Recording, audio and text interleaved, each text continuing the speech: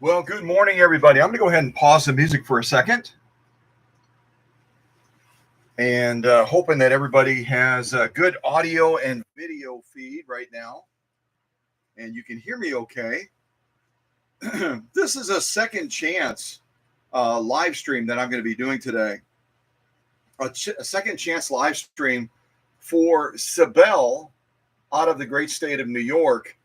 Any of you that attended that unboxing recently, you saw just a wave of disappointment as we started to uncover the machine you see right here. Does anyone remember? Does anyone remember my throat? That's what you remember. Does anyone remember what model this is that we unboxed for Sibel from New York?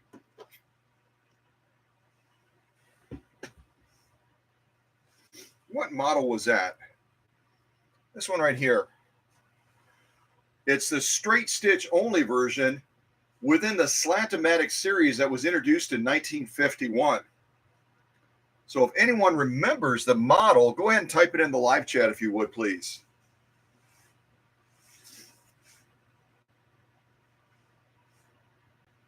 What model are we looking at? Yeah, it looks like Paula nailed it, a 404. Shirley got it as well. Shirley put down 404 also. And it's not a 401. 401 is going to look a lot different than this. It's going to have a ton of built-in cam stitches compared to the 404. But yeah, it was a 404 that Sibel bought on eBay, this one right here, She bought it on eBay from a seller in New Jersey. Interestingly, that's where this machine would have been produced from 1958 to 1960. It was only produced for a very short period of time as a replacement for which machine? Does anyone remember? This machine came on the scene in 1958 to replace another one of the Slantamatic machines that was rolled out much earlier. What machine was that, or what machines were those?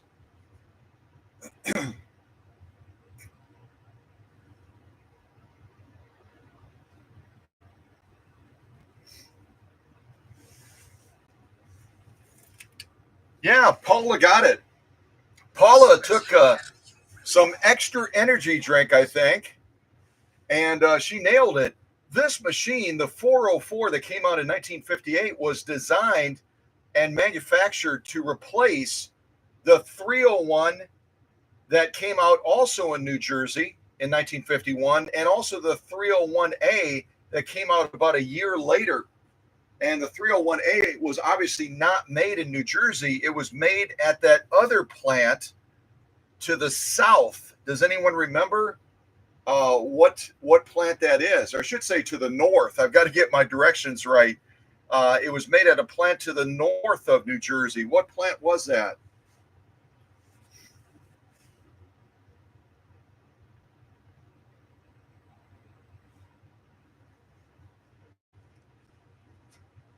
What plant was that?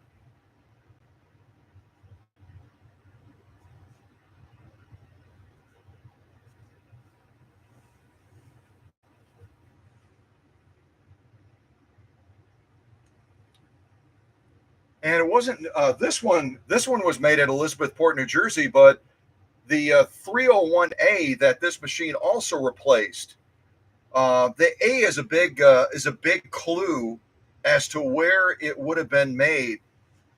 And I've got to look at a map because I'm probably confusing you on whether it's north or south. But let's just say it's on the East Coast. So where was that other Singer plant? That other Singer plant where a lot of the machines were made, and they received that A designation.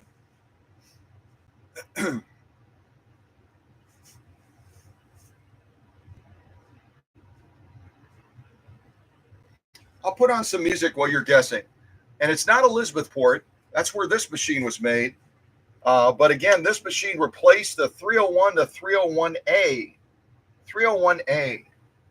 Anderson, South Carolina. That's correct. Yeah, Anderson, South Carolina is where that machine would have been produced, the 301A. And this one came on the scene to replace it. I've got to turn that heat down. It's a little bit warm.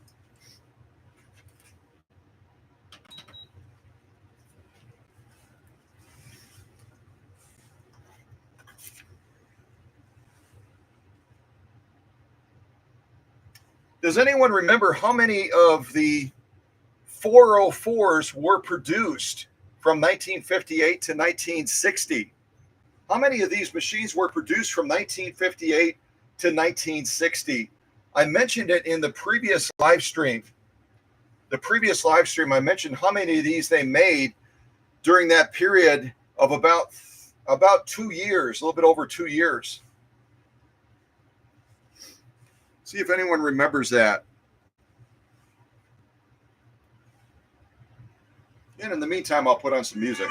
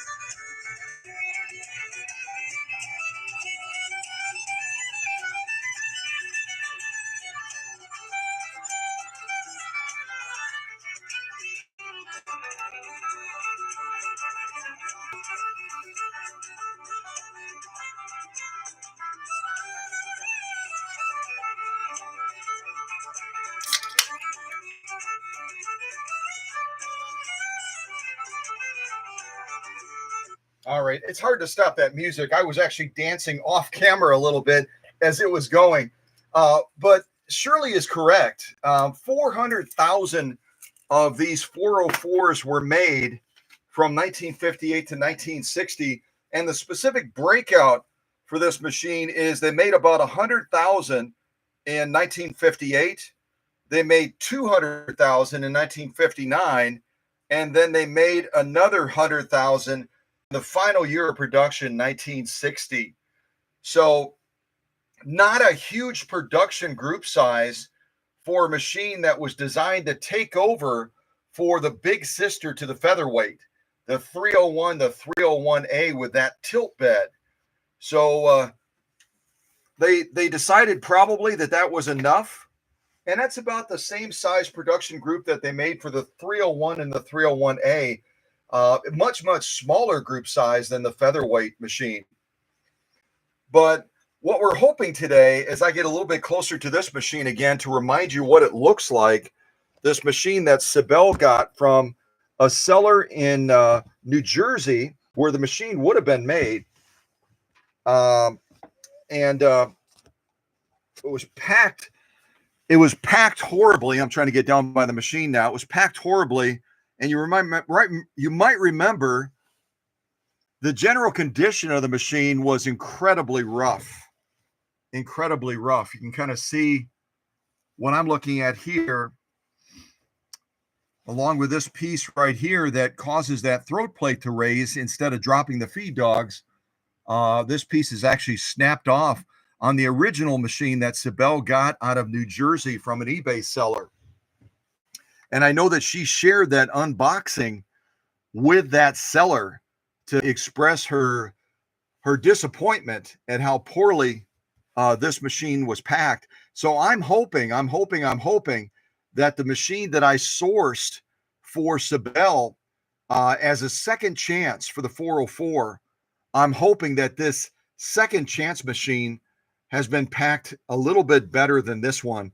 It just seems like people are clueless when it comes to what to do and how to pack, even though I've got dozens, I believe dozens of packing videos on this channel. People don't take time to watch them. They assume they know. And they assume that because these machines are made out of some sort of a cast metal, that they don't need much protection. Well, we know that that's not true. These machines are very fragile. And we've got to take the precautions to make sure they get where they're going safely, right?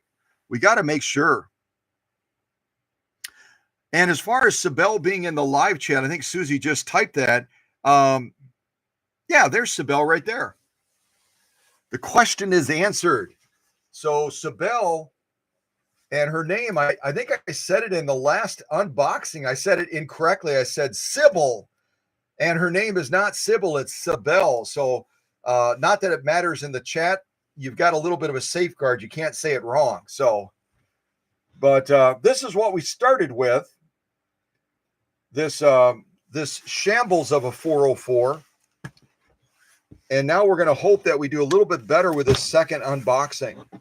And this second unboxing is coming out of the state of North Carolina. So just to the north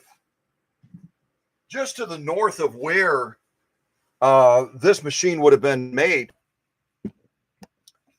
Just to the north, North Carolina versus South Carolina. Let me see if I can slide this over. Get us a little bit closer to the action. Matter of fact, maybe I should go one more level up. We said I'm going to go one more level up and we'll kind of aim down at it a little bit.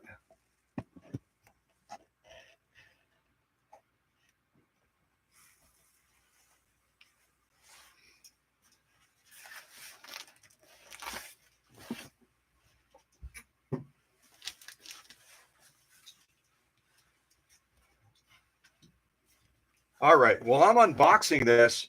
I'll give you a little bit of a music bed so that you don't have to have absolute cricket silence. Absolute cricket silence. But it's great to have Sibel here in the live stream as well.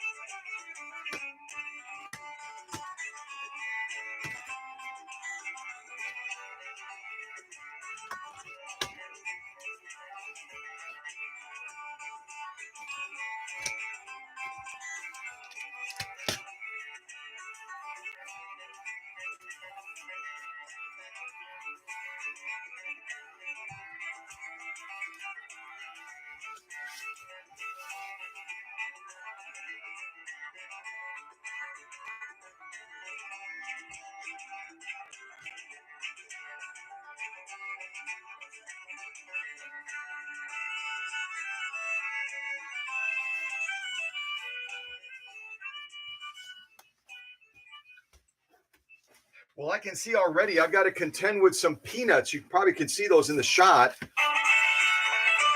So I'm going to grab another container to see if I can pack these up. This is promising. This is promising because it looks like the shipper took a lot more care with this machine than the previous shipper that we dealt with. So let's see what we get.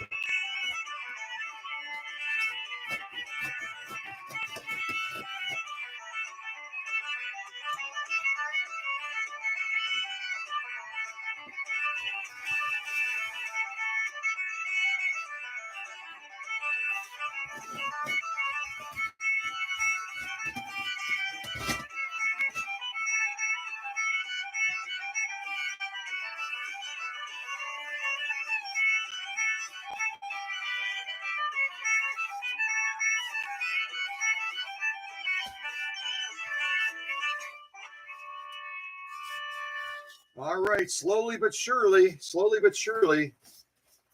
we'll see how far we get here.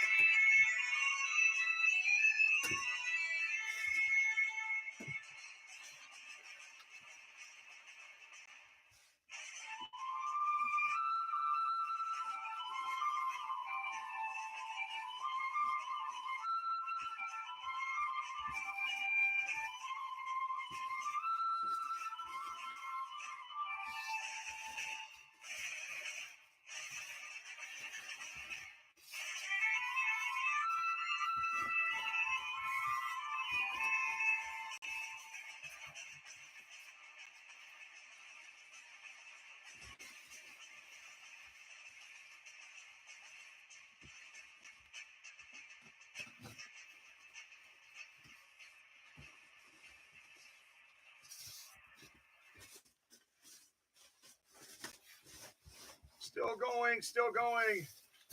Ah.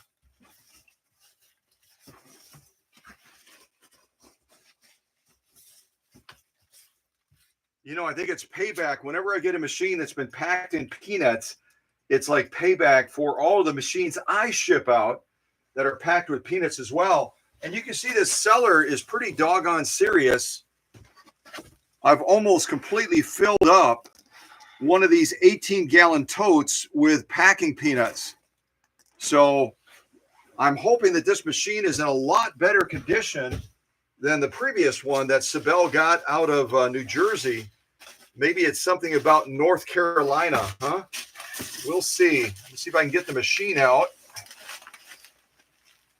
Oh boy, static electricity is working well today. Let me set these down.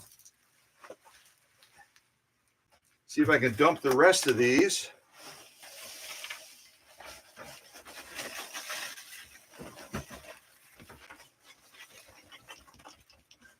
All right, get this box out of the way.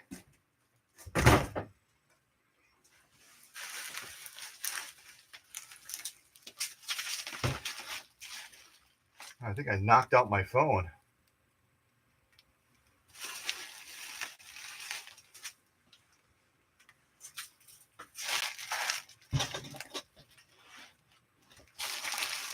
All right, get that centered there. And I'll put on a little bit more music while we continue this unboxing process. What else do I have? Oh, what the heck? We'll put on a little bit of polka music.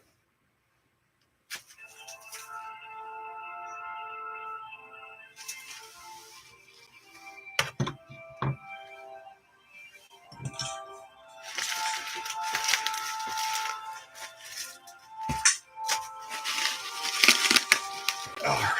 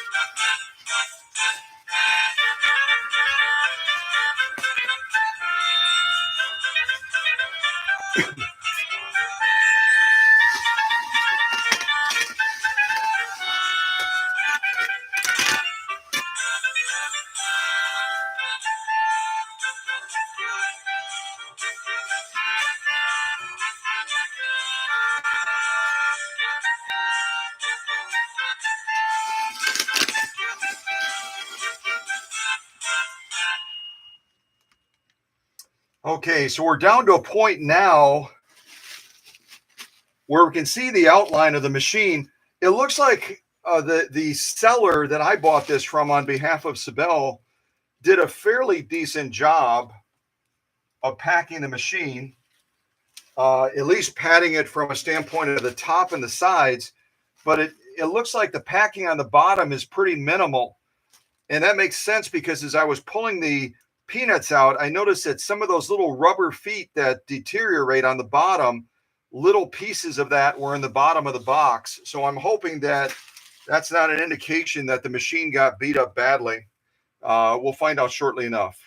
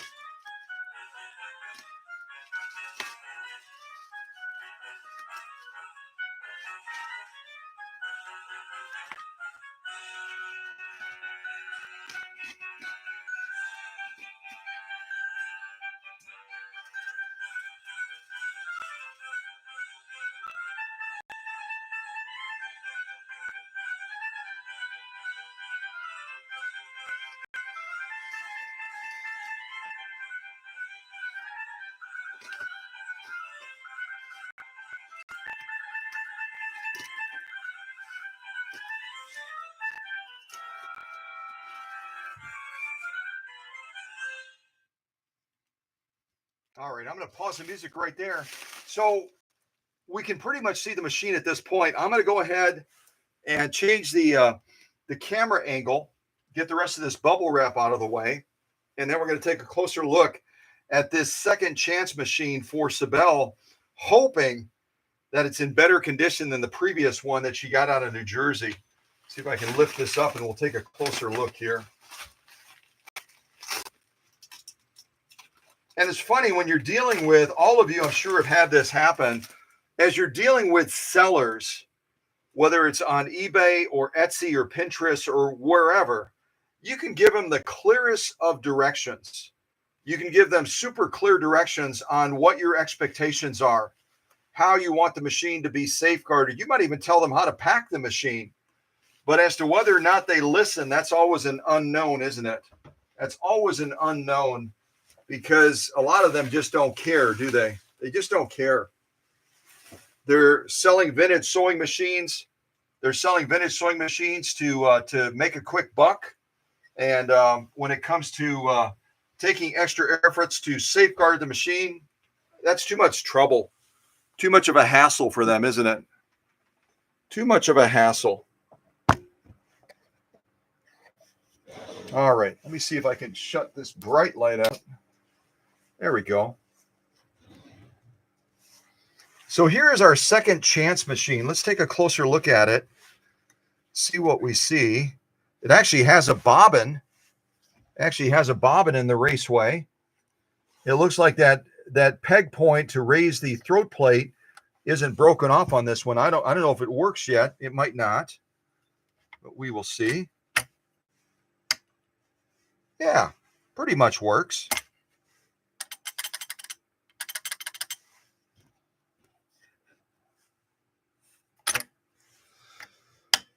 So that's a huge relief that this part here is functioning, because that's a big repair. That's a big repair on that other machine. Plus, I would need parts for it. On this replacement machine for Sibel, it looks like that this is in generally good condition. So we shouldn't need any parts, at least for this part of the machine. Balance wheel is turning. Looks like we got a broken needle in here. So I'll probably find the rest of the needle underneath the raceway somewhere.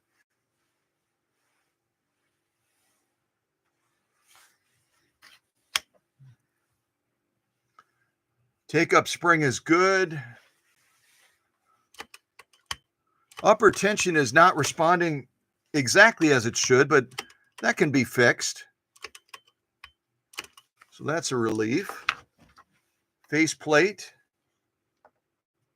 is still hinged.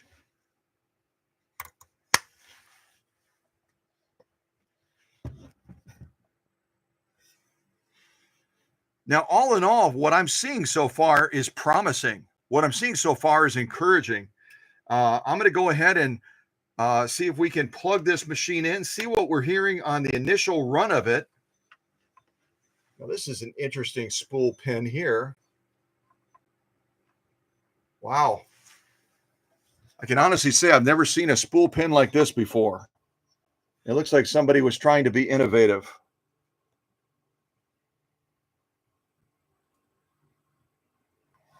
Well, let's plug this machine in and see if we can fire it up and give it an initial listen. An initial listen.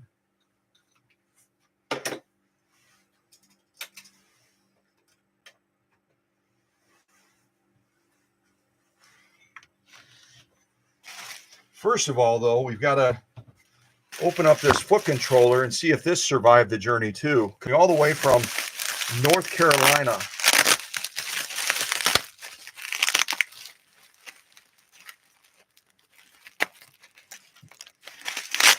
So a little bit more of an effort. You can see already with this seller, and I think her name is Vanessa. Vanessa took time to wrap the foot controller as I requested. She took a little bit more care in packing the machine as well.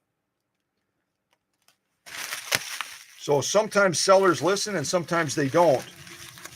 Now here, obviously, we have what is not an original. This is not an original foot controller. The one that we would expect to see anyway.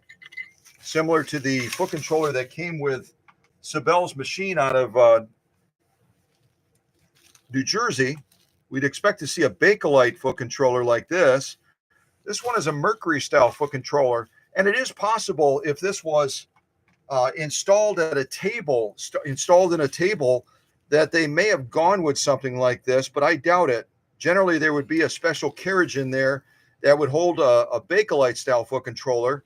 And it looks like someone probably rewired this at some point. And I think I'll go ahead and wait to test this machine using this one. We'll use Sibel's original foot controller and see if we can get it to fire up.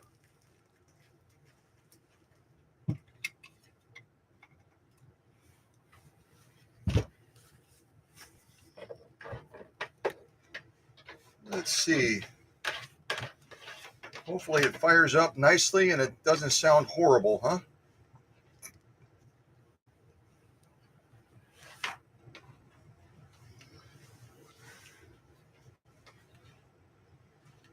And we've got that same green oxidation on these points as well. I don't know if you're going to be able to see it in the shot.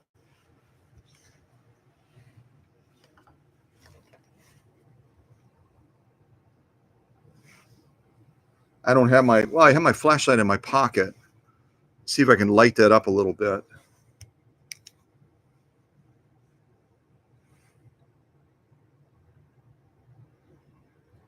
Those are looking pretty grungy, aren't they? I'll see if I can knock some of that that green oxidation off, and then we'll try plugging it in, because that is going to inhibit the connection just a little bit.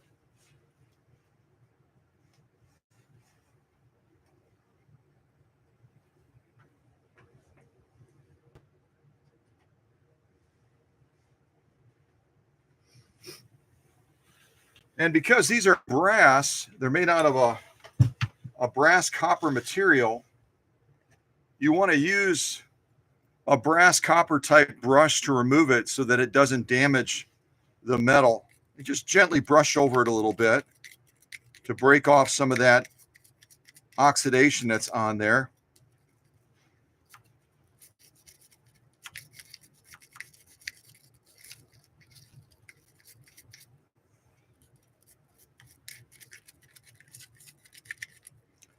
We get a little bit better connectivity this way. Then we can get a true measure of how this motor is performing, how the machine is performing from the get-go.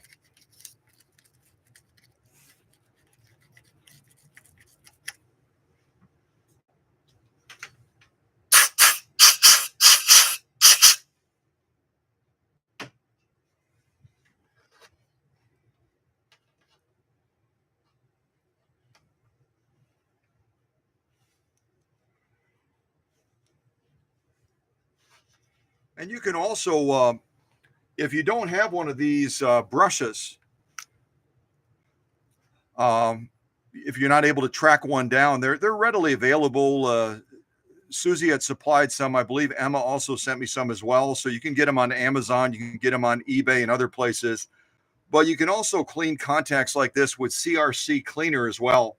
You just have to be real careful if you're going to try to clean these plug-in points with a CRC. You don't want to overspray it onto the patina of the machine, or it actually will eat the paint right off. It kind of causes it to whiten, and then it breaks down that pigment, and the paint starts to flick off. So, just be mindful of that. If you're using any chemicals around your vintage machines, you got to be real careful about that overspray factor, right? You got to be really careful about the overspray factor. Okay, I'm going to give us a plug-in. I do have a fire extinguisher nearby just in case. I'm hoping we don't need it. We'll raise that presser foot up.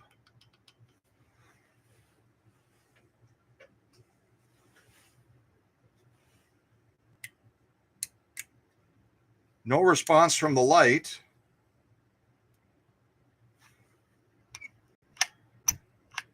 And no response from the machine. But again, that could be an issue with this cord, right? It could be an issue with this cord.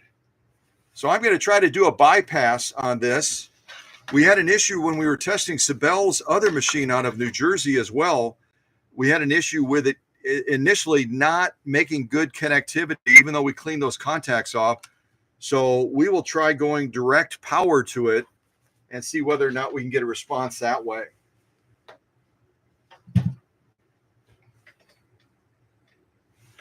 Also, I'm going to check the power cord as well.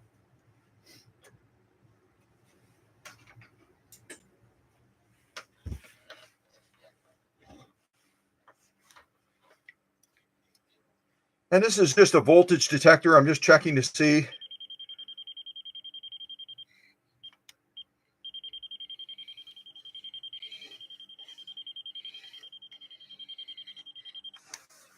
Checking to see if we're getting contact there. And if need be, we can also pull the motor onto this and test the motor outside of the machine, which might be a safer way to do it. But we'll try this first. So if you've never done a bypass before on a machine like this, I'll show you how to do it. And we know the motor on Sibel's other machine that came out of New Jersey is working. So on this particular Singer model, because it's wired so that you can plug the foot controller in separately, or it can be connected to the unit itself. We're going to try doing a bypass on this and see whether or not we get a response from the motor. And again, whenever you're doing this, be real careful that these contacts don't touch. I'm going to put a little piece of electrical tape in between.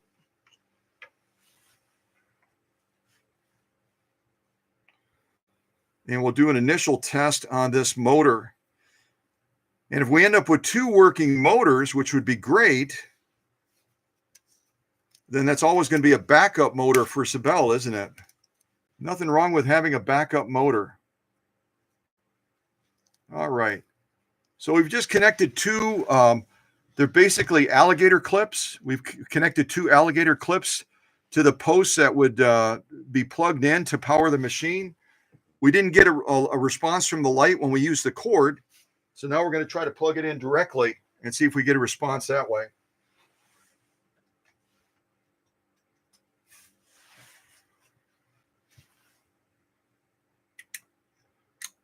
Still no response from the light. So what I'm going to do now is I'm going to show you how to remove the motor. Remove the motor from this machine so that we can try to test the motor separately.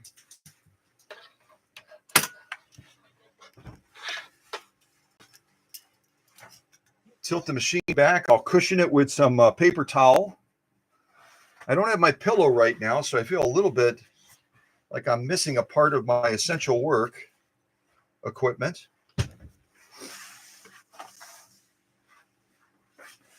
We'll use this instead. I'm going to grab my chair too so I can sit down and do this.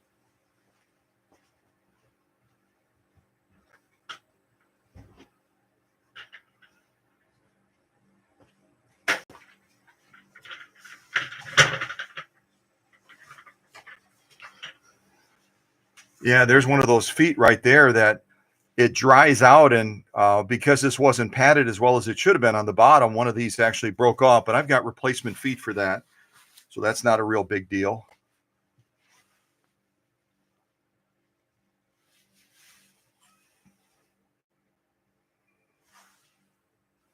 All right, I'm going to put on a little bit of more music while we're doing this, and then as I get into removing the motor, I'll explain exactly what I'm doing.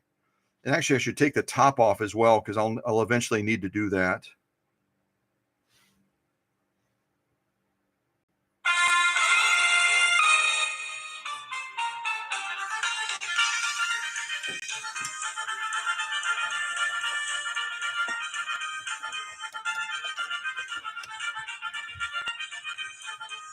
I don't think it's been cleaned in a while. It definitely has not been cleaned in a while.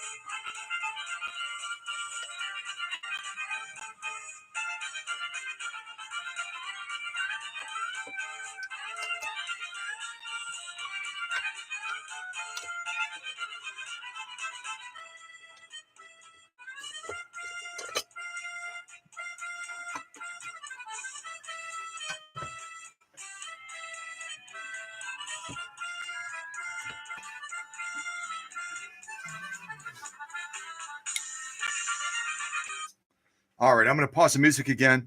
So right underneath here is the bottom of the motor. You can see it in the shot, I think.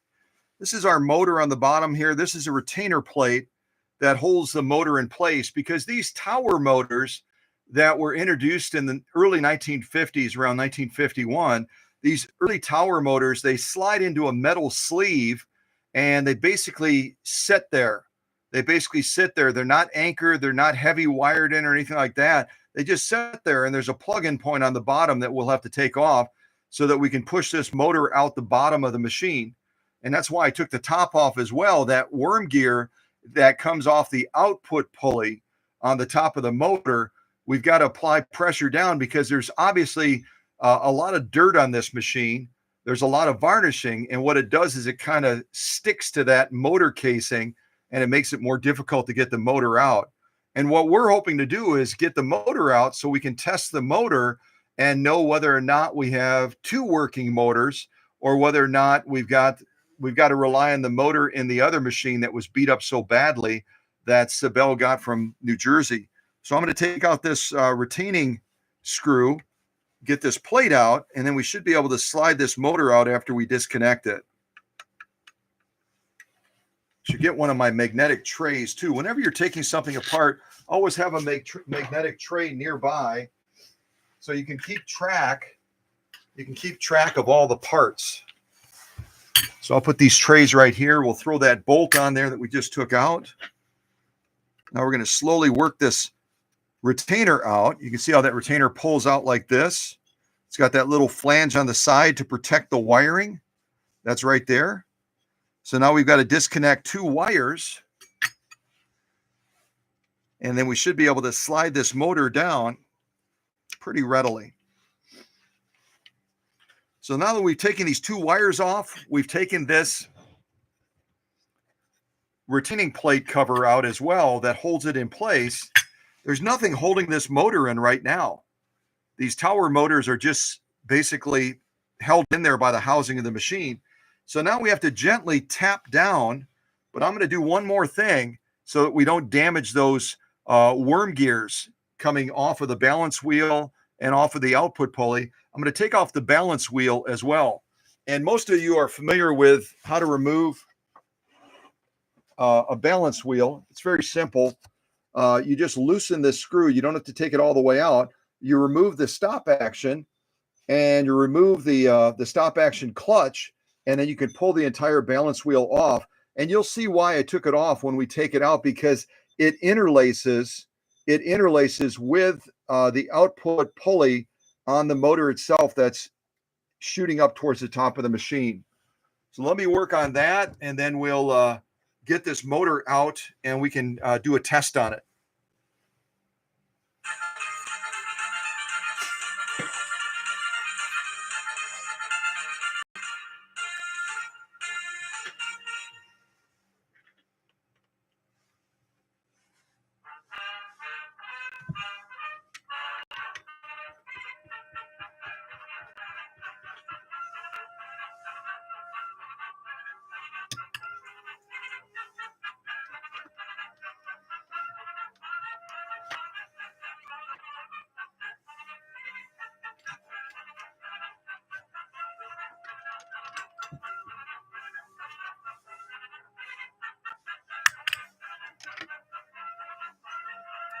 See those gears on there? That's why we don't want to force that. That's why we don't want to force that motor down to get it out of the machine before we pull off the balance wheel, because these gears right here are interlaced with the gears you'll see at the top of the output pulley. And if we try to force that motor down, it's going to be basically pinching against these gears. And because these gears are made out of almost like a Bakelite type material, they could easily crack or they could break off. And it would be nice to have a backup balance wheel as well, because over time these gears can get worn down, and then Sibel will have a backup balance wheel on top of any of the other parts that might accompany the machine. So very, very important that you do things in the right order. So now what I'm going to do on top, I'll show you the top area. You can see right here the top of the motor, sort of. You can see the top of the motor right here. It's actually the output pulley right there. Get real close so you can see it. And what we have to do is we have to take a leather mallet with something that's not going to damage this output pulley and gently tap it from the top to get it to come out the bottom of the machine.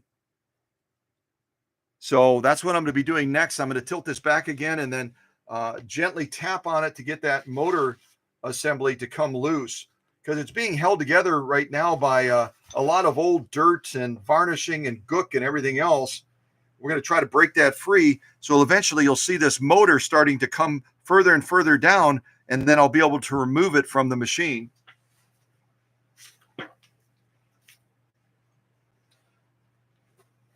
And what I'm going to use is the backside of a screwdriver, not the sharp end, but the rounded end. And then I'll gently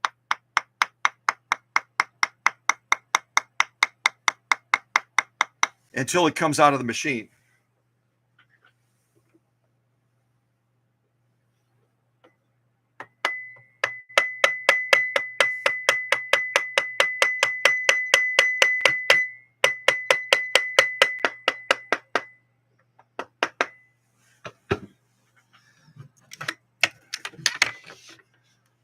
And there's our motor system right there. These are really a wonder of technology. They truly are a wonder of technology.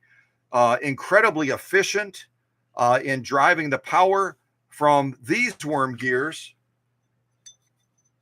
to, I'll actually position it like it normally would be, to these worm gears. So it's going to have direct power, direct traction to the balance wheel.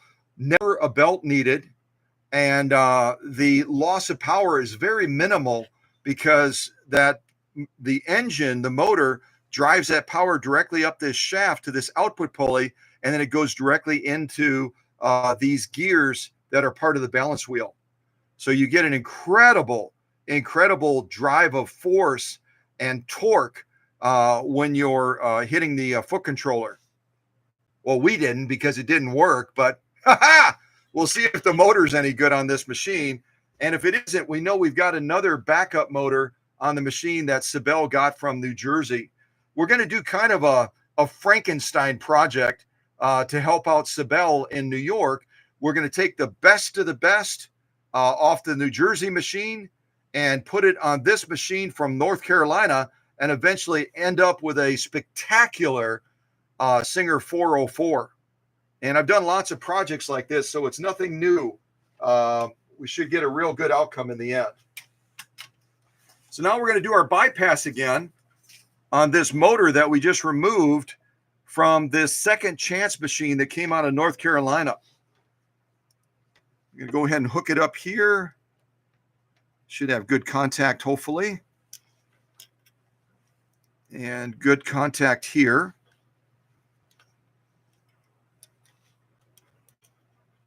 And you can do this with, you can really do this with any motor. If you can find the positive and the neutral on that motor, you should be able to do a bypass like this, whether it's a tower motor like this or whether it's a totally different type of motor. Just going to double check my connections again, make sure they're good and solid. And I hope we see turning on this output pulley on the end of this tower motor.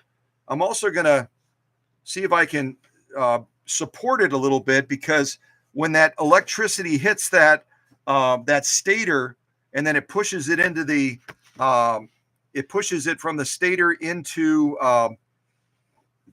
the commutator and the stack lamentations, it gives a big boost to that motor very quickly. And I want to make sure this thing doesn't tip over and then pop one of our contacts off.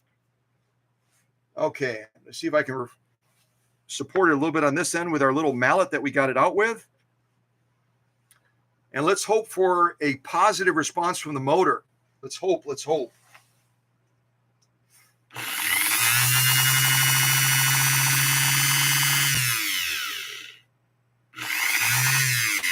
See how that's tilting it, even with the weight of this against it.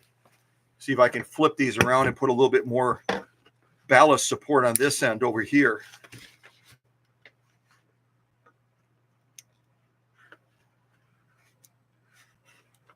All right, let's give this a try again. Let's see if we can get a good positive response from this motor. So it looks like at this point that we have two working motors for Sibel's 404, which is great news. Great, great news.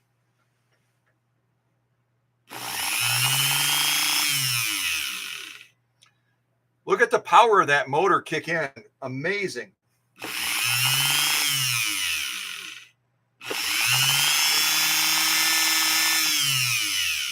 And it hasn't even been serviced yet. Really, really amazing motor design.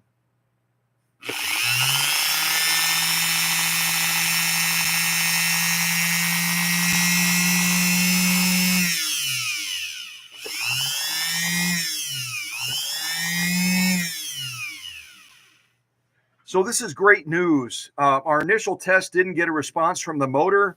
We wondered if the motor was good. Now we know that the motor is good. So we've got not only the original motor that came with the New Jersey machine, but now we have a backup motor that came with this second chance machine that we're probably going to use as our foundation, because it's in much better condition than the first machine that Sibel got from that seller out of New Jersey. So we'll begin building off of this machine, get everything working properly, get all the adjustments, get it cleaned up, and get all the caramelization and junk out of the machine. And then we'll be able to finally get to a point where the machine is going to be operating properly and be stitching up a storm. So, I'm really glad that we found a machine that would be a good foundation for Sibel. I know she was very frustrated and disappointed after we did the unboxing on that first machine, the one that's right over there, this machine over here, with the condition of it and just the incredibly poor packing that was done for the machine. So now we've got a machine that we can work with. And like I said, any of the solid good parts we'll pull off of this machine, and I'll incorporate them into this machine as we begin to build this one up and get it ready eventually to be live streamed on the channel. And again, if you joined us a little bit late, the 404 is a straight stitch only machine, and it was introduced in 1958 and produced until 1960. And as Shirley said when asked the question, there were 400,000 of these produced. So fewer of these were produced than the original 301, 301A that were the very, very beginning, the very, very start of the Slantamatic series in 1951.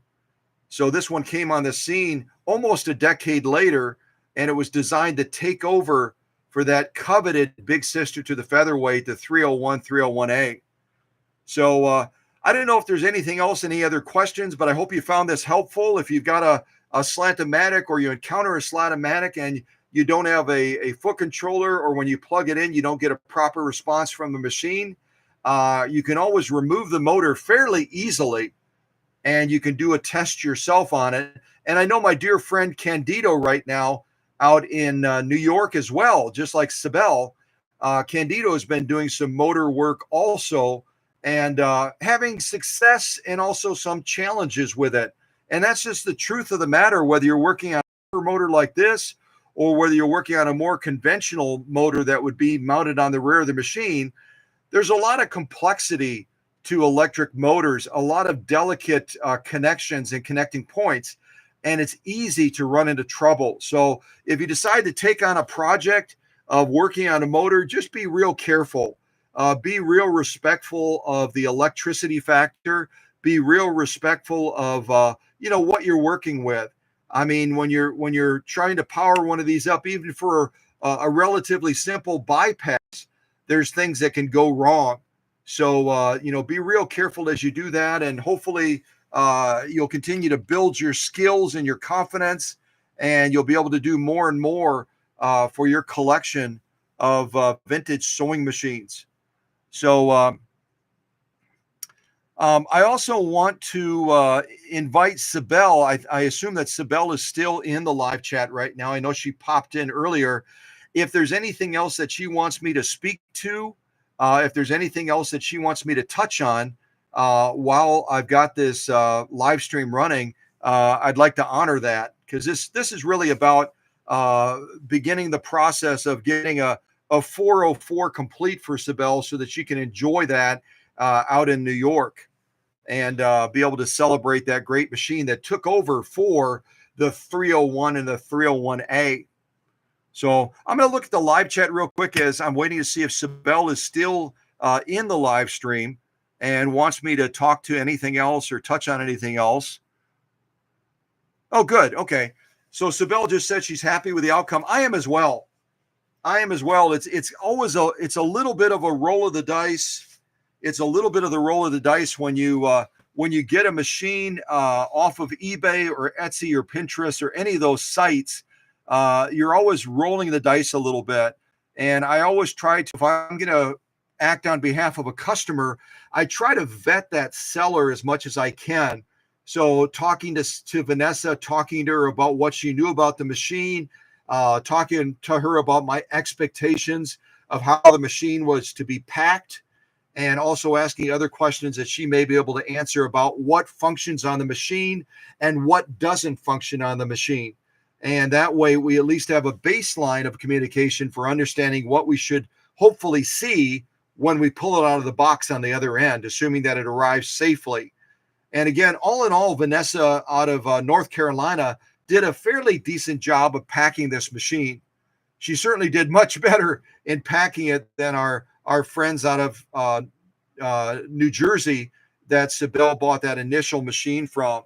So the end all is that eventually, when everything is said and done, see if I can get this up here.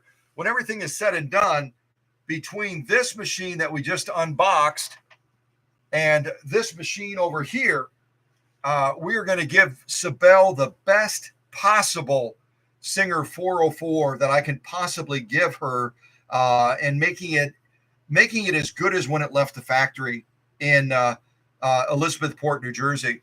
Yep, getting it as close to that as possible. So Sibel now has 2 working motors. We know that. From what I can see, she has 2 working upper tensions. So when I get ready to ship her working 404 back to her in New York, eventually, I'll be sending all these other surplus parts. I don't think she'll want the base of the machine, but if she does, I'll find a way of packing the entire machine, this machine that came out of New Jersey, and then she'll have 2 machines, a parts machine and a fully functioning Singer 404. So that's the best of all worlds when you can have a backup machine to draw parts from if they become necessary. But from my experience with working with thousands of these Slantamatics, again, that started with that 301 in 1951, these machines were built incredibly well. They were built incredibly well. They're cast aluminum, but all of the working parts on the inside are forged steel. So very seldom, other than like I talked about, you might occasionally run into an issue with these gears that are part of the balance wheel starting to grind off a little bit. But if you do proper maintenance on these machines and you put some of our grease on there, the green grease that I made up for Candido and for Rachel out in New York, you put some of that grease on these gears so that they've got a cushion. these are going to last for the life of the machine. They really will. So all in all, these machines were built well. You're generally not going to have a failure on them. But if Sibel runs into an issue, she'll always have some backup parts to rely on, which is great, which is fabulous.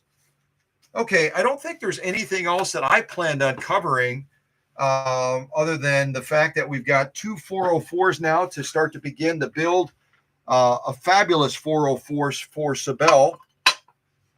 So I'm going to put our North Carolina machine right there, and I'm going to move our New Jersey machine back up to the front again. I'll kind of turn these sideways a little bit, and we can end this live stream looking at both of these 404s and watching me tip over my phone. We can look at both of these 404s and imagine what that final 404 is going to look like that comprises both of these machines. Again, I'm going to take the best out of this one from from New Jersey and plug it into this North Carolina machine, and then get it heading towards New York soon. All right. Well, God bless you guys. Thanks so much. I'll go down the chat real quick and say some quick hellos, and then we'll wrap up this live stream. This has to be a record live stream. We wrapped it up in a little bit over an hour.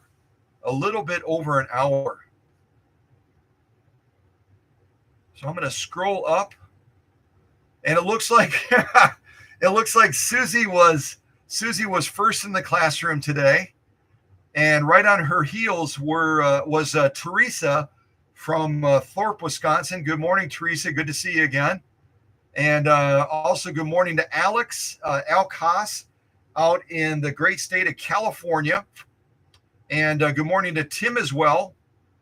Tim and Teresa are a wonderful couple out of Thorpe, Wisconsin, where whenever Susie and I are traveling, we try to pop through Thorpe, Wisconsin, so we can visit with Teresa and Tim and also break bread with them and enjoy a wonderful breakfast or a brunch at the Torpedo. So if you're traveling around that neck of the woods, Thorpe, Wisconsin, Chippewa Falls, all that kind of area between Minnesota and Wisconsin, and you're anywhere near Thorpe, Wisconsin, you'll want to pop through there and check out the Torpedo restaurant. Absolutely fabulous food. One of my favorites is the gyro or gyro type skillet, and Susie's favorite is the stuffed French toast. Every time we've gone there with Teresa and Tim, or if we pop through real quick on the way to Oconto, she almost always orders the stuffed French toast. So now you know a secret about Susie. She loves stuffed French toast. Good morning also to Shirley. Great to have Shirley here, and appreciate Shirley's participation in answering that question about how many of these 404s were made. Right around 400,000. So these are two of the 400,000 that were made from 1958 to 1960. Also, good morning to Paula. I hope I'm saying that right. Paulage One Art, something like that. Good morning to Paula as well. Good morning to, let's see if there's anybody else.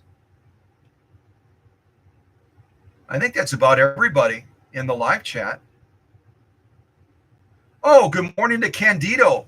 I was talking about Candido and him working on motors out there in New York, and he's having some success and some challenges. So good morning to Candido as well. And Candido, let Rachel know that almost all of the chocolate-covered Ghirardelli pretzels that the two of you made, along with the chocolate-covered Oreos, I'd say they're about 50% gone already.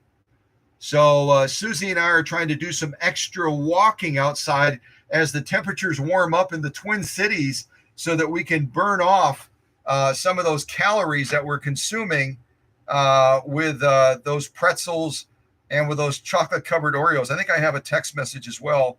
Let me see if I got to respond to this. Oh, yeah. Thank you, Susie, for the reminder. Susie sent me a reminder before we wrap this up. I've got to go back to our last live stream which was a very chaotic live stream. I left very frustrated, as some of you may have picked up on our conversation as we were focusing on that Japanese clone machine, the Universal. Our conversations and our interaction as a family, we were just very distracted. And I appreciate all of you that are trying to help us be a little bit more focused today and give attention to the 404s and give attention to our effort to help out Sibel out in New York. But we do have to wrap up the contest. So what I'd like to ask you to do, let me finish getting down the line here and just make sure I said hello to everybody. Make sure I said hello. Also, hello to Sibel as well out in New York. Great to have the owner of these two machines in the live stream also. Oh, also good morning to Sheila Kilgore. Great to have Sheila here. And also Mesa Group, Bill, who's also from Minnesota as well. Also good morning to Sarah Stitches as well. And I don't know if that's Sarah's actual last name, but if that is Sarah's last name, Stitches, how cool is that? Let's see who else we have, if anybody. A lot of great conversations going on here. I love this. Oh, also good morning to Kathy King. Kathy King, who shares the same birthday as me, January 14th. So great to have Kathy King here as well. And Kathy King is a regular. And eventually, I would like to look at identifying some other folks that are regulars in the live streams. They're always an integral part of the conversations in the live chat. Maybe we can look at adding some more moderators to our leadership team. And if any of the leaders that are currently part of the moderating team have any suggestions on any of those regulars, they think that would be a great person to ask about joining our leadership team, reach out to me after the live stream. You don't have to mention it right now, but if you have somebody in mind, mention their name, and then we can ask them if they'd be interested in stepping up to a leadership role. It really isn't any different than being a part of the live stream, other than you show up as a blue wrench instead of whatever you normally have show up. That's really the only difference. And then you can contribute and help support the family a little bit during the live streams, but it's not a huge time-consuming ask to join the moderating team, as all the moderators could attest to. The one that I probably put the biggest demands on is Susie in helping with preparing some of the live streams, and then also Jenny, who works as our ambassador to Needles. She's got to do some research outside of the live streams to try to get us answers on needles and threads and stuff like that. But the other moderators, they help during the live streams, during the premieres, but it's not a huge time demanding job. Really isn't.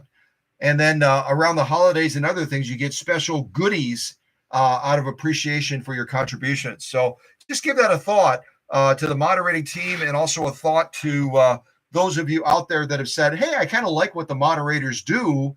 I wouldn't mind stepping up to a moderator role. Give that some thought, and we'll kind of explore that in the next live stream. All right, so back to the other contest that I did, where I offered to give away, and I don't have any within reach right now, but I offered to give away a pair of those Guggenheim Professional 9-inch tailoring scissors. And what I asked folks to do is I asked them to name the top 12. I think it was 12, wasn't it? Or was it 10? Anyway, remind me if it was 10 or 12. I got the top 12, and I'm going to ask someone to type these into the live chat. And if you were one of those in the last live stream, and you took time to type into the live chat your answers, you typed in your answers as far as your thought on the top 10 or the top 12 Japanese companies today that are making machines. Some of them are making machines that traditionally were made in totally different countries, and now they're being made in Japan.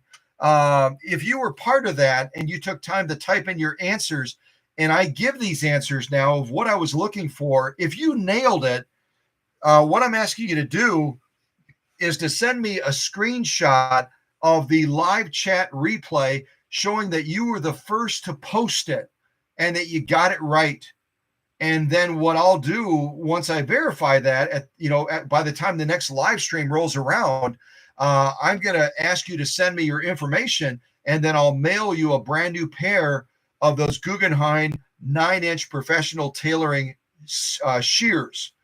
And so here are the answers I was looking for. And if one of the leaders would be so kind as to type this into the live chat, write it all down, and then type it into the live chat as a permanent record of the answers that I was looking for. And I'll tell you that the source that I used, this group is independent, and they do a lot of top listing, not just for sewing machine related things, but other topics as well.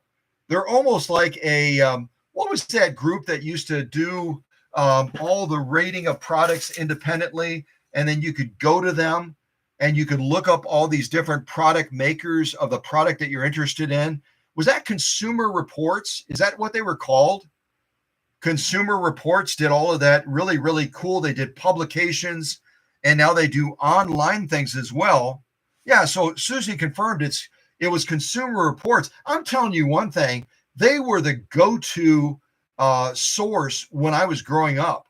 I remember my parents looking at that, our relatives, our friends, everybody. If you wanted to know the best microwave, if you wanted to know the best refrigerator, the best washer and dryer, or whatever the product was, almost everyone that I knew at least went to Consumer Reports. So these folks, the top list people, are kind of the newer version of Consumer Reports on products and companies and just a variety of different things. Okay, so back to what I wanted to have somebody document, if you'd be so kind. If someone wants to do this for me, I would be grateful. I would be really, really grateful. So I remember looking at the live chat just off and on in the last live stream, and a number of you that participated in trying to guess this were hitting a number of them. I know Tim did. I think Shirley did. A number of other folks were nailing it on naming some of these companies. So according to this source, that is kind of like a Consumer Reports top list, the 12 best Japanese sewing machine brands, the best 12 Japanese sewing machine brands are as follows. Number one, I wish I had some sort of dramatic music like dun da da da. Number one. And some of you got this in the last live stream. It might have been our friend out of Vermont. Our friend out of Vermont may have nailed this, I think. Brother Sewing Machine Company. According to this source, the number one Japanese sewing machine brand is Brother. Number one. And if you didn't know it, Brother was established around 1908 in Japan. Specifically Nagoya, Japan is where Brother found its roots, its inception in 1908. And they are a maker of household machines, industrial machines, commercial machines. Brother Sewing Machine Company makes pretty much everything. And they do an excellent job of it, in my opinion, and also according to this source, they're number one. So someone wants to write this down. Oh, also good morning to Robin as well. Good morning to Robin. And Robin is also out of Minnesota also. Robin is also out of Minnesota. All right, so number one in the world, according to this source, is the Brother Sewing Machine Company, founded in 1908. In position two is Janome. In position two is Janome. And most of you remember the name Janome means eye of the snake, eye of the snake. And they came up with that name in kind of a fun way. They were looking at bobbins, and as they were looking at bobbins for their Janome sewing machines, or their projected Janome sewing machines, they thought they looked like the eye of a snake, and so they came up with the name Janome. And Janome was established right around 1921 in Tokyo, Japan. So this is all information that you can now use and carry with you in your toolbox. Brother's number one, and this source is saying that Janome is number two, established a couple decades after Brother was in 1921. In position number three is Juki. Juki is in position number three as the best sewing machine maker, the third best sewing machine maker in the world that makes Japanese machines. And Juki was established right around 1938. Juki came on the scene in 1938, and they came out of Tokyo, Japan as well. Number four of the finest Japanese sewing machines, and I know a number of you came up with this name in the last live stream, is Axe, A-X-E, Axe Yamazaka Company. Let me spell it out. A-X-E space, and then the second part of this company name is Y-A-M-A-Z-A-K-I. A-K-I. So Axe Yamazaki, it almost sounds like a motorcycle, doesn't it? Like Kawasaki. So Axe Yamazaki Company is number four as the fourth finest Japanese manufacturer in the world today. And they were established right around 1946. So they came on the scene much later, and they established themselves in Osaka, Japan. Osaka, Japan, which is spelled O-S-A-K-A, 1946. Number five is Yamato Sewing Machine Company in Japan. They are number five, and they do a combination of household, primarily industrial, and they also were established in 1946, also in Osaka, Japan. Osaka, Japan. Let's see who's in number six. Number six is Happy, just like the word happy, Happy Sewing Machine Company. And if I remember correctly, Tim named this company in the last live stream. There may have been others, but I think Tim nailed Happy Sewing Machine Company based in Japan. And they came on the scene right around 1923, the Happy Sewing Machine Company. And they were established in Yamagata, Japan. Yamagata, Japan. Y-A-M-A-G-A-T-A. The Happy Sewing Machine Company that was established in 1923 is number six of the best Japanese sewing machine manufacturers in the world. Number seven will surprise you. Number seven is going to surprise you. It surprised me. It is Bernina. Does anyone remember where Bernina was made originally? Where was Bernina founded originally? What country was Bernina founded in? And now it's being made in Japan and considered to be number seven of the finest Japanese sewing machines made in the world. Kathy King is real close. It was not Sweden, but it was another country that starts with S, and they're known for their chocolate. They're known for their chocolate.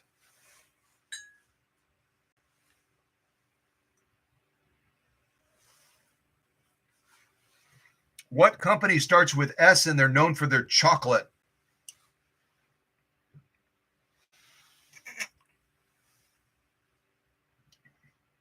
Come on, you guys, you know this. I'll give you more of a hint. The original company was founded just a short time after Singer Sewing Machine. Singer was founded in 1851. This company was founded in 1893.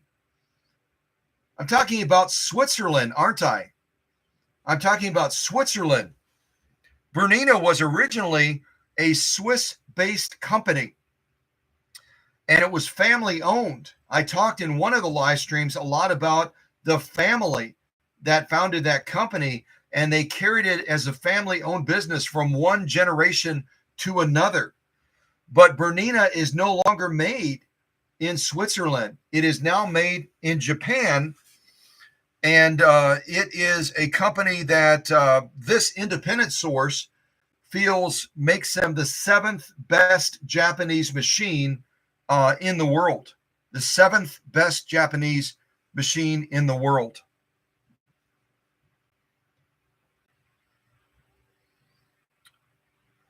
All right. Also, we have number 8 now, and most of you will know this name straight away. Number 8, as far as the 8th best Japanese machine made in the world, is none other than Baby Lock.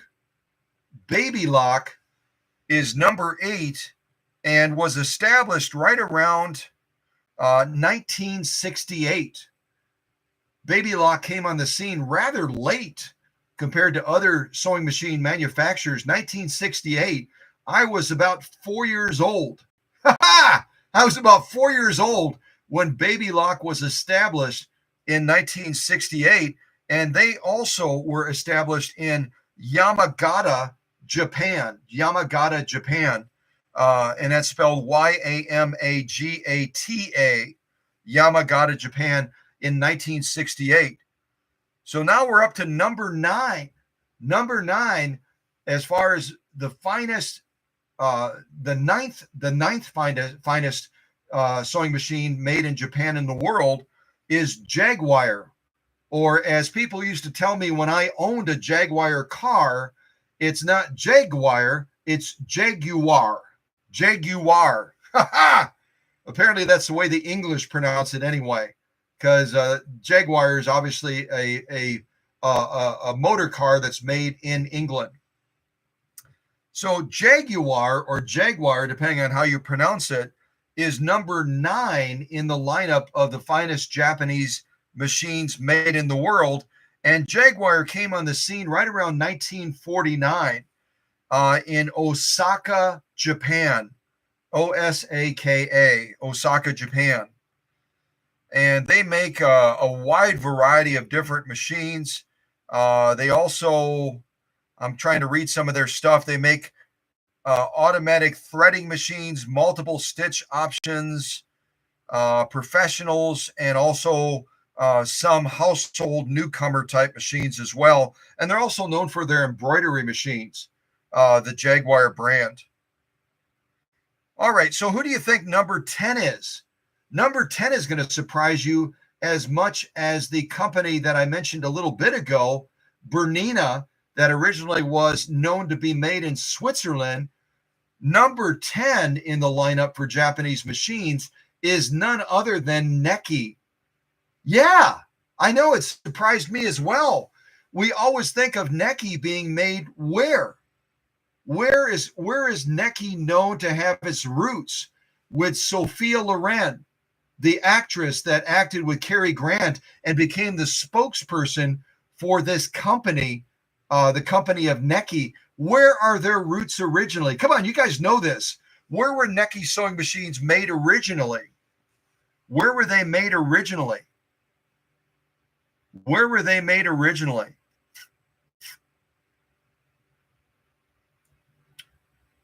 Come on, family, wake up. I know it's early on a Tuesday, but you got this. Yeah, Kathy King nailed it. Neki was always known and proudly known to be from Italy.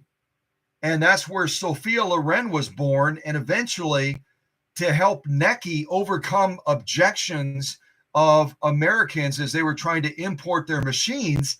Neki very smartly put their arm around Sophia Loren and said, will you be our spokesperson?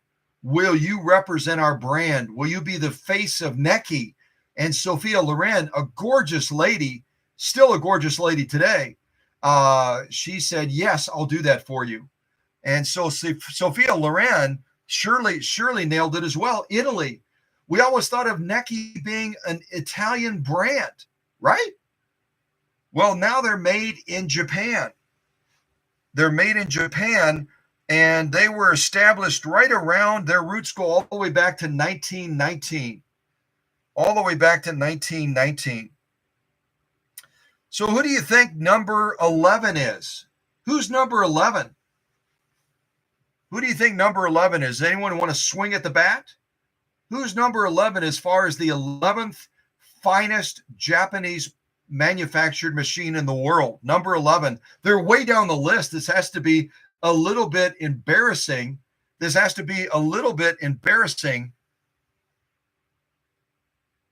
Pining a quilt backing, so I was not in the room. Oh, pinning a quilt backing. Okay. Well, Sarah, it's okay if you're multitasking, right? I oftentimes will multitask as well. So who's number 11? I'm getting us back on task. Who's number 11 in that coveted list of the 12 best Japanese sewing machines in the world today? Who's number 11? This is really embarrassing. I think this is profoundly embarrassing, considering this company always proudly puffs up. They puff up in their chest and they say, we were the first sewing machine company in the world. We were the first sewing machine company in the world. Who's that company I was talking about? I mentioned them a little bit ago, being founded around 1851. 1851. Who am I talking about? And now they're at the very bottom of the list, according to this independent source, in the quality of the machines they're putting out today, and their machines are rolling out of Japan. Who am I talking about? Who am I talking about? Come on, you guys. It is, Kathy. It is. It's Singer. Singer is number 11. Singer is number 11 based on the ratings of this company. And they used a lot of independent metrics, talking to people that have the machines, talking about the satisfaction of the machine owners, talking about how well their machines last, how well they're built, how well they function, how long they function. Singer Sewing Machine Company is now number 11, almost at the bottom of the barrel as far as this list of Japanese-made machines today. That's got to be a little bit embarrassing for the Singer Sewing Machine Company. Got to be a little bit embarrassing. So who's at the very bottom of the barrel? This is going to surprise you even more. This is going to surprise you significantly. Who is number 12? The bottom of the barrel is a company that originally, like Bernina, made in Switzerland, like Necchi, made in Italy. This company originally, I'm going to give you a huge hint, and I bet you a lot of you jump on it right away. This company originally came out of Western Germany. Western Germany, and its founder also made musical instruments. There's some real big clues. Some real big clues. So at the very bottom of the barrel, as Kathy King just typed in the live chat, is none other than Pfaff. And it shows how machine manufacturers can start with greatness in mind. It's the whole foundation of the workshop. I talk about it all the time. Restoring greatness to machines like these two 404s right here. Getting them back to a point where they function and they sew better than when they left the factory in Elizabethport, New Jersey. But then we have manufacturers like Singer, and we have manufacturers like Bernina, and we have manufacturers like Necchi, and we have manufacturers like Pfaff that abandon their original convictions of quality. They abandon their original devotion to greatness. They turn away from it for the sake of profit. They turn away from providing machines that they can be proud of to trying to pad their bottom line and make a quick buck by selling machines that are, in essence, disposable. And based on the ratings of this independent source, again, that seems to have some pretty good credibility in the marketplace. They're called Top List, and they don't just rate sewing machines, they rate a lot of products. And they also rate manufacturers based on the feedback they're getting from their consumers. How happy are people with the product? How well is the product serving the end consumer? Well, according to this Top List source, a number of the beloved vintage makers that we bow to, like Bernina, like Necki, like Pfaff, like Singer, these manufacturers have stepped away from that quality standard, and they've lost the trust and confidence of their consumers today. And it's not because they're made in Japan. It's not because they're made in Japan. It's because they've compromised their quality of standards, and they're not building machines like this 404 any longer that was rolled out in 1958.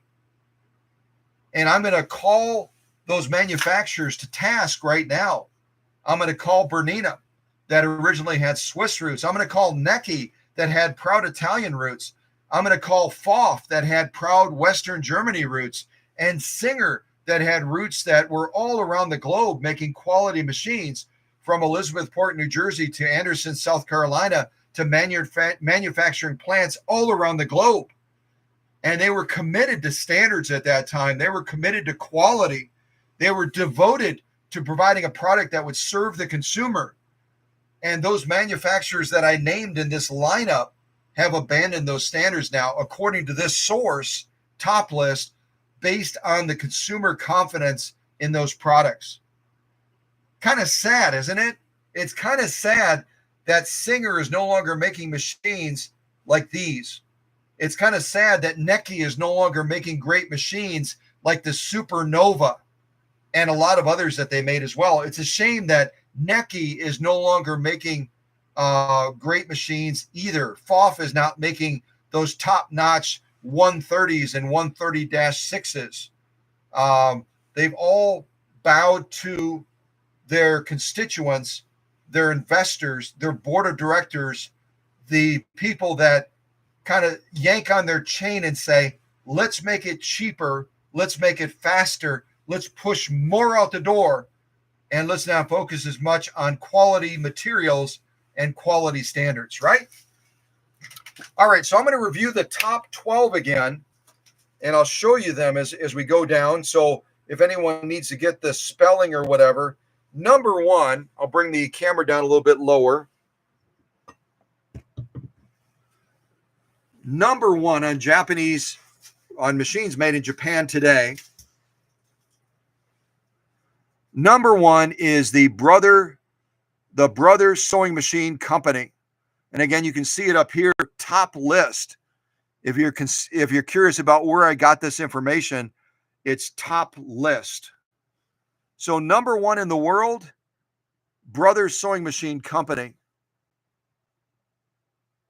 Again, established right around 1908 in Nagoya, Japan.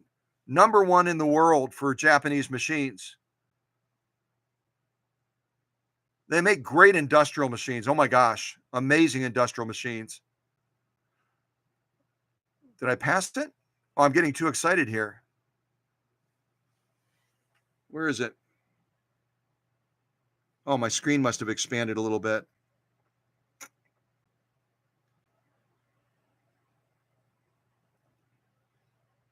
Hold on, brother. Where's number two?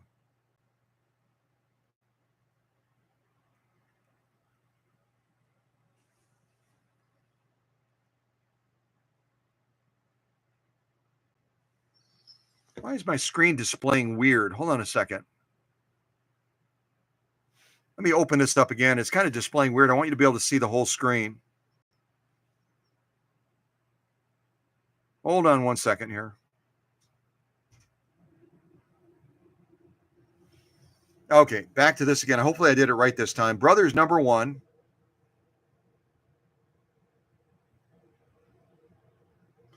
Number two is Janome. Number two is Janome. And again, they were established right around 1921 in Tokyo, Japan. Number three is Juki. And Juki was established right around 1938 in, well, it says Tokyo, Japan, then it has Tamashi, Tokyo, Japan, right around 1938. Number four in the world for Japanese manufactured machines is Axe Yamazaki Company, Axe Yamazaki Company Limited, and they came on the scene right around 1946 in Osaka, Japan. Osaka, Japan. Number five in the world, Yamato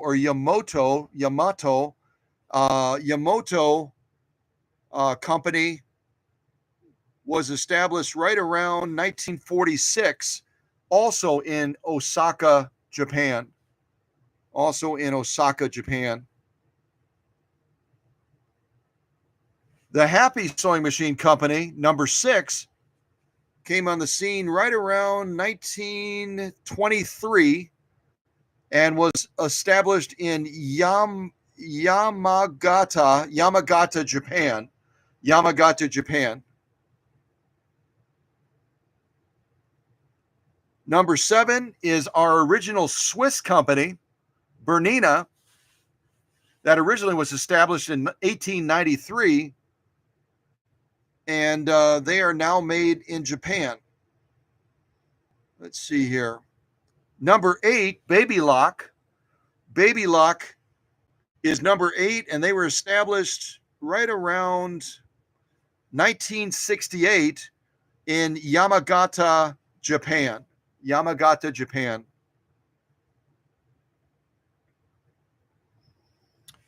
Then we have Jaguar, number nine.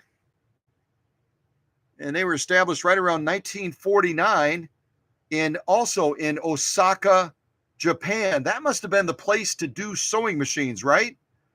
There was something about Osaka, Japan. That's where a lot of these companies founded their roots.